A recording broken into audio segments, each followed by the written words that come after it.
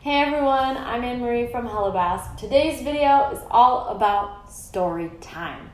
If you're new to the channel, Hello Basque is all about the Basque country, Basque culture, and Basque people. Today we're really focusing on Basque history though, because on this day in history, in 778, there was a really big battle that happened in the Basque country, and it was arguably like the Basques' best military victory ever. So we gotta talk about it. I mean, come on. We are talking about the Battle of Roncevaux, the Battle of Roncevaux Pass, or if you follow the Basque name, the Battle of Orreaga. Now this is a small town all the way at the north of Nafarroa, very close to the French-Spanish border, if you will, in the Pyrenees mountains. I'm just going to use the term Roncevaux because that's what I grew up hearing. I'm French speaking, so bear with me. There was a battle that took place here, August 15th, 778, that was less of a battle and more of a total ambush of Europe's greatest army.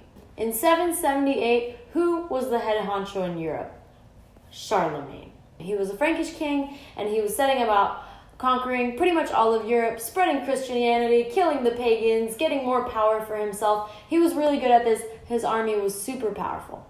Now, at the time, Charlemagne got a call from some of the Muslim governors on the Iberian Peninsula. They were looking to Charlemagne for some help because they had some threat from the emir in Cordoba. They were worried that the caliphate coming out of Baghdad was going to come attack them. So they were looking to Charlemagne for a little bit of protection and, of course, seeking any opportunity to, expand his reach. Charlemagne accepted. So he brought his army down onto the Iberian Peninsula, one side on the east in Catalonia, one side on the west, through the Basque country, over the Ibañeta Pass, which is just above Roncevaux. Now, Charlemagne's Frankish army was coming through. They came through the Basque country. They took over Pamplona, easy. Then they continued on to Saragossa because Charlemagne had heard that the man in charge in Saragossa had already pledged his allegiance to Charlemagne. Charlemagne's army shows up. Turns out that was wrong information. The gates to Saragossa were closed. Charlemagne could not get in. So he laid siege to the city. After about a month of this, finally, the man in charge in Saragossa was like, go away. I will pay you anything in gold. Just go away. Leave us alone. You can have Saragossa, whatever. Just stop it. At the same time, conveniently, Charlemagne heard that the Saxons, all the way on the other side of his kingdom, were in revolt. So he really needed to get back over there and take care of that. So he accepted the gold. He said, fine, whatever. I'll take your money and run. So back up they went through Pamplona and back up through the Ibañeta Pass. Now the thing, if you're from there, you may already know that this is a very narrow pass through the Pyrenees mountains. Charlemagne's army, thousands of men, going through this pass, it would have been like practically single file. It would have been very slow going, very steep climb, very steep descent, and basically Charlemagne's army was spread out for miles. Strength in numbers, right? Well, they didn't have it. I should mention at this point, the Basques are pretty pissed with the Frankish army because when they came through Pamplona the second time, after they had already conquered it, Charlemagne ordered for the old city walls to be torn down just in case in his absence, the people of Pamplona got some funny ideas to take the city back for themselves. No more defenses for that city. And as they went along, they were looting, pillaging all these Basque villages. So, Basque people were pissed. But they got their revenge on the night of August 15th, 778, when Charlemagne's army was crossing through the Ibañeta Pass, little by little, just two at a time, Basque warriors came out of nowhere, from the forest, down the mountain, rocks being hurled down on the Frankish troops from higher ground. They didn't know what hit them. They were totally ambushed. They just came in, attacked, and then just disappeared into the mountains, really before anybody knew what was happening. The part of Charlemagne's army that really had it the worst, that got totally ambushed, was the rear guard. So Charlemagne himself, he was already miles and miles away, he was fine.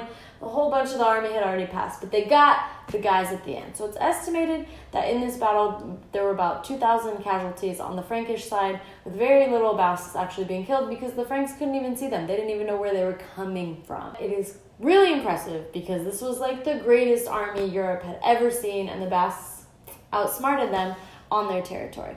Now, the sad part of this story is that the Basques get no credit for winning this battle. Nope. Right? Who writes history? The winners. write the history books. So Charlemagne, overall, very powerful dude. He still kept some holdings in Iberia, not too many, but really in the end, Charlemagne himself, never went back down to the Iberian Peninsula himself. If he had any business there, he sent other people because this defeat was so embarrassing. But the thing is, this battle did go down in history, in French history in particular, because Charlemagne, he was Frankish, and the Franks were the French, and the Franks were the Germans, and so it was kind of like German folklore and French history and all of it. But this went down in French history in the Chanson de Roland, which is a medieval epic poem that's like equivalent, I guess, if you want, to like English Beowulf. Just like this epic lyric poem all about knights and chivalry and what have you. So this battle features in this epic poem, but instead of the opponents in this case being a few Basques from the mountain, they get turned into 400,000 Saracens, who are the Muslims of the Iberian Peninsula at the time. So the French had a little creative license. Why, you ask? Did the Basques get erased from the French history books? Why did they get turned into a bunch of Muslims? Well, if you think about it, in the Middle Ages, this is when the Crusades were going on. So a lot of European powers, kingdoms, France in particular, were very involved in that project of going back to the Holy Land and fighting a bunch of wars with the Muslims. So it's believed really to be that this change of characters was politically motivated, because at this point, by the Middle Ages, most of the Basque country had been converted to Christianity. So really they were the good guys, if you will, in this like sort of propaganda machine, whereas the Muslims were the enemy of the time. So it's believed that it was a politically motivated artistic choice to remove the Basques from that story. I could go on. And actually, I did go on. I wrote a blog post all about this story, and I went into way more detail about it. So if you're interested to read that or share that with somebody, it's linked in the description below.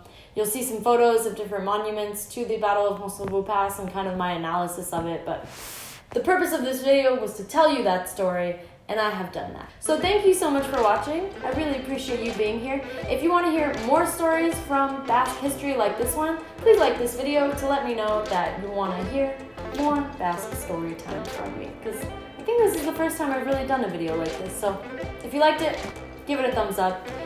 If you want to learn more about the Basque country, Basque people, and Basque culture, subscribe to the Hella Basque YouTube channel. We get new videos every Thursday, so definitely if you want to get notified that we have a new video, click the bell too while you're there so you never miss a video. And in between videos, if you want to keep in touch with me and hear more of my rants and my stories, follow me on social media, Facebook, Twitter, Instagram, at Hella Basque.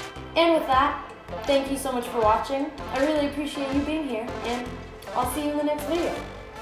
Bye.